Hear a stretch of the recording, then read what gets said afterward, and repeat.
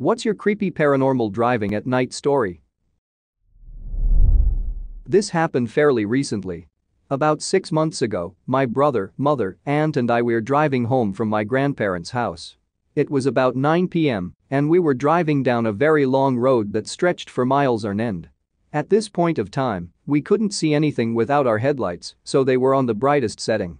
As we were driving down this road, we suddenly heard what seemed to be a motorcycle revving next to us.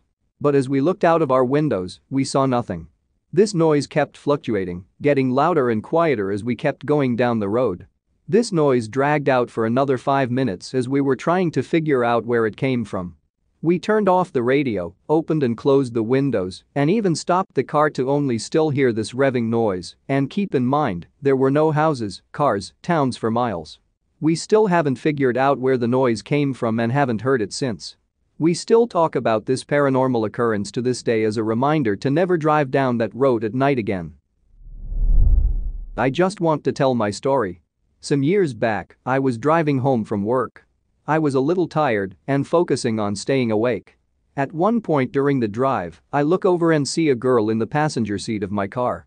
She was probably early teens, pale, long black hair, wearing a white dress, and an absolute blank star on her face. She looked over at me. It scared me to the point where I just sat straight up, suddenly wide awake, looked back over and she was gone. Had I not seen her, I possibly would have fallen asleep at the wheel. Ghost girl probably saved my life that night, so thanks I guess.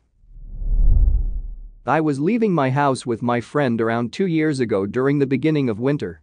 As we were pulling out, we came to see a figure in the cornfield next to my house.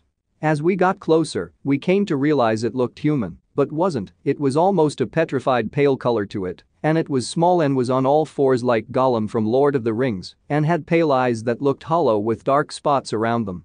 We were both in my car and we didn't say anything as we saw it in my headlights, but as we passed it, we both asked each other if we just fleabing saw that. I had completely forgotten about this story until recently, when my friend brought it up to me. I then asked my sister about it a few days later, and she said I might have seen something called the rake, so I looked it up. The thing looked just like how some of these pictures describe, and I don't think I'll ever look at the paranormal the same ever again because of it. I have a pretty creepy story that still freaks me out to this day. So in the 90s when I was in my 20s, I was staying with a buddy of mine in Alamogordo, New Mexico. He was stationed at Holloman AFB. So one night, my friend and I and our girlfriends drive out by some old abandoned slaughterhouse. He tells us he heard about this section of road where it dips down, and if you park at the bottom, you roll uphill, forget what highway it was, sorry. So anyhow we get there and we're in his VW Beetle and roll to the bottom of this large dip in the road. It's the middle of the night and we roll to stop. He sets the parking brake and shuts the bug off. He then releases the parking brake and we start rolling uphill. I am getting chills just typing this story, like it was yesterday. So here's the backstory on the why and the creepiest part. Apparently back in the 40s to 50s, not sure can't remember, there was a school bus that stalled out on this stretch of road. All of the children were out trying to push this bus up the hill when a tractor trailer came around the blind corner into this large dip in the road and drove into all of the children. The absolute freakiest thing is we heard children talking and saw faces in the back window. We got the flurbo out of there, and when we got back to town, we got out and looked, and we saw little handprints all over the back of the bug in the dust. This is a true story. Was with my dad back in the early 2000s, saw a few things and wasn't sure about others. Creepy. With construction, took a detour off 75 going to Lexington, Kentucky around 11 p.m.-ish in the summer. Clear night, but once we hit that detour, the whole road got cloudy. Light fog surrounded us. There was a road we took that had only houses on the right side of the road and a huge cornfield as tall as the doors on the left. Weird thing was that every house had candles on their windows. Street lights were working, but there were only 2 down that road. We came to a dead end and so we turned around, now I'm facing the cornfields. Swore I saw something tall running in there. The whole route through there, my dad and I stayed quiet until we found a route back to the highway. Dad, that was creepy. Yeah, what the flurbo. Driving through Idaho once in the dead of night and there was this biker who'd been following for the last 50 miles.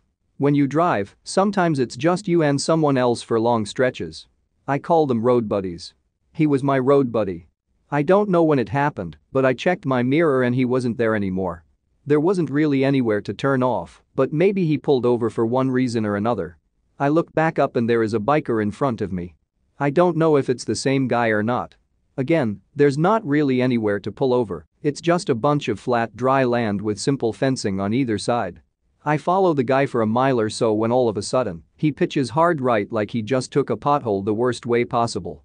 I saw him tumble and watched his bike kick up a huge cloud of dust. We're not supposed to pull over or pick up hitchhikers, but in this kind of situation, I don't care what the company says. I pulled right over and got out, left the keys in it and everything.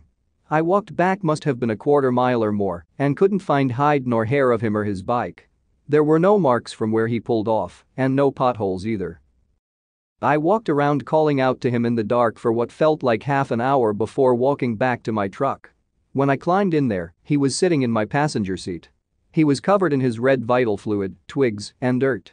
His leg had been snapped off at the knee and he had taken off his belt to make a tourniquet. His middle through pinky fingers were pushed back and standing straight up. I asked him if he was okay, but he didn't say anything, he just sat there silent. I tried to touch his shoulder to see if he was even awake and his jaw fell open and he let loose a hideous scream that still chills me to this day. His head fell forward and he started vomiting red vital fluid. I screamed and fell backward out of my truck. I woke up apparently a few hours later with a state trooper asking me if I was okay. He was pretty smug about the whole thing and acted like I was making it up. I guess they found a teener of Calaxian on the passenger seat and said it belonged to me. I tried telling them about the Ghost Rider, but nobody would listen. Not a trucker, but weird nonetheless. I was alone, on my way home from vacation. I was driving a pickup pulling a camper.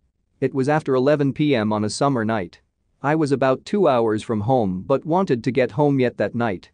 I was traveling through a wooded area. It was about 50 miles of just trees on both sides of the road, with an occasional house every 5 or so miles. I saw something move up ahead. I immediately slowed down, thinking there was a deer in the road. As I passed, I saw a young woman walking on the extreme shoulder near the ditch. She was walking with traffic. She had on knee-high socks. A very short pleated type cheerleader type skirt and a halter top. She was tall with long brown hair.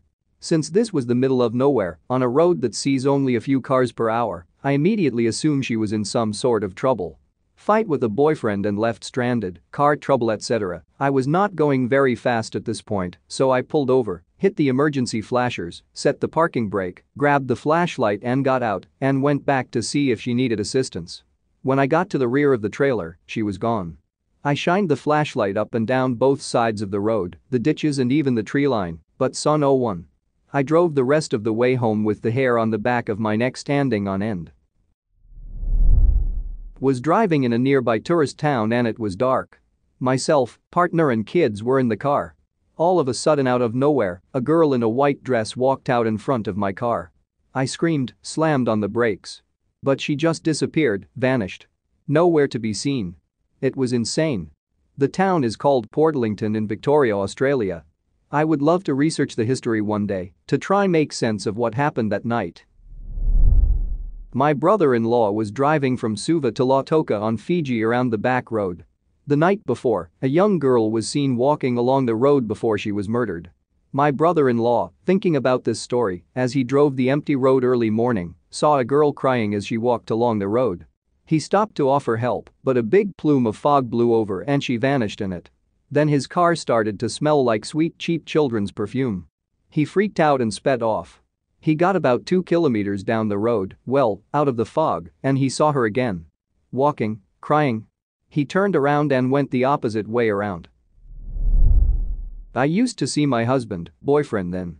I used to go home in a taxi and they would always use a route that gave me the creeps, so I would close my eyes as soon as we drove along it. At a certain point, you drove into a sort of marsh gas fog and a dip in the road. My husband said that people reported hitting 2 white greyhounds that ran at cars and they could feel the bump and the yelp of the dogs. Cars would stop and there would be nothing there or damage to the car. I was particularly freaked that a taxi driver at the time reported being flagged down by a guy walking the road who wanted a lift into Scarborough. Driver agreed and he got into the back seat. They chatted all the way to Scarborough until after 4 to 5 miles, he realized he was actually on his own in the car after getting no response from the back seat.